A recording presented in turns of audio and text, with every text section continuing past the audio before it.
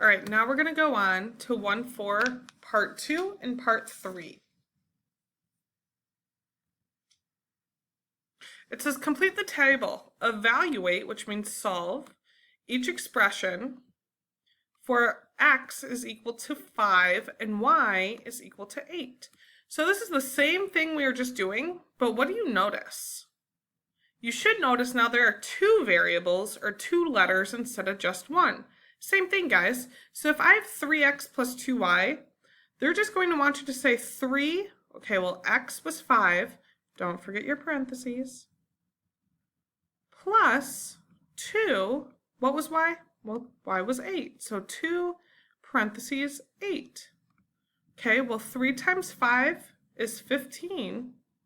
And 15 plus 16, because 8 times 2 is 16, will give me 31. Let's try the second one.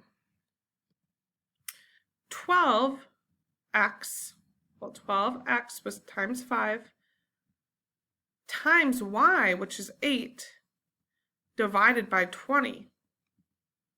Well, this one looks like it's a big number, but let's do our work to the side. Notice how you need to do your work. I know that 12 times 5 is 60, so I'm going to do 60 times 80, or times 8, sorry. Well, 60 times 8, 0 times 8 is 0, 6 times 8 is 48. Okay, well now they want us to divide that by 20. So make sure you're copying this down as I go. Okay, 480 divided by 20. Well, 480 divided by 20, 20 does not go into 4, 20 does go into 48. 20 times 2 will give me 40, so it goes in 2 times, and 48 minus 40 gives me 8. I need to bring down my 0. 20 goes into 80, 20, 40, 60, 80, 4 times with no remainders, so my answer must be 24. Now, you might be saying, Miss S, these numbers are kind of big for me. Can I use a calculator? I'm okay with that if you check your work, but I need you to show all of your work, all of these steps in order to get points, okay? I'm okay with that. Go ahead and freeze your screen and catch up, and I'm going to move on to the next problem. For this one, it says 4 parentheses, remember parentheses comes first in PEMDAS, 5 plus 8 minus 10. So 5 plus 8, 8, 9, 10, 11, 12 is 13. Okay, I need to keep those in parentheses, have my 4 outside, bring down my 10. So what goes first up here? Do I have parentheses? Yes. When I have parentheses next to a number, that means I need to multiply. So 13 times 4 is 3 times 4 is 12, carry my 1. 4 times 1 is 4. Make sure you're copying this down. Plus 1 is 5. So what's 52 minus 10? Well, 52 minus 10 gives me 42. So my answer for this one is 42. Go and freeze your screen, copy it all down, call me over if you need help.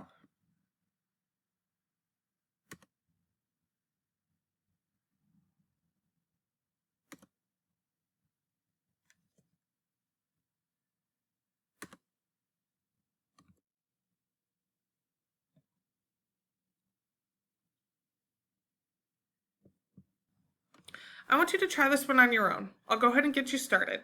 They want you to evaluate or solve when 10 parentheses a plus b minus 5c, where a is 12, b is 5, and c is 9.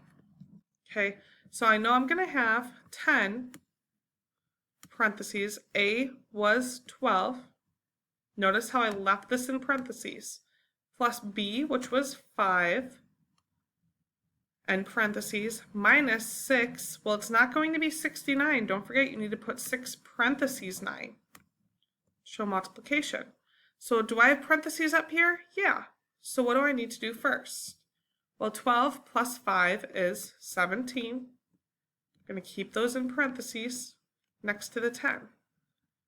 Minus 6 parentheses 9. Do I still have parentheses up here? Yeah. So that means multiply. What is 6 times 9? Well, doing my finger trick, 6 times 9 is 54, and I know any number times 10 is itself with a 0 at the end. So 17 times 10 is 170. So now I need you to solve this. What is 170 minus 54? Go ahead and freeze your screen and solve it on your own. Here are some possible answer choices. Go ahead and freeze your screen. Okay, the correct answer should be 116. Okay, call me over if you need help, if you have any questions. Notice how I set this up and showed every single step of my work. This is how you will get an A on a test or an assignment. Okay, make sure you show all of your work. On to part 3.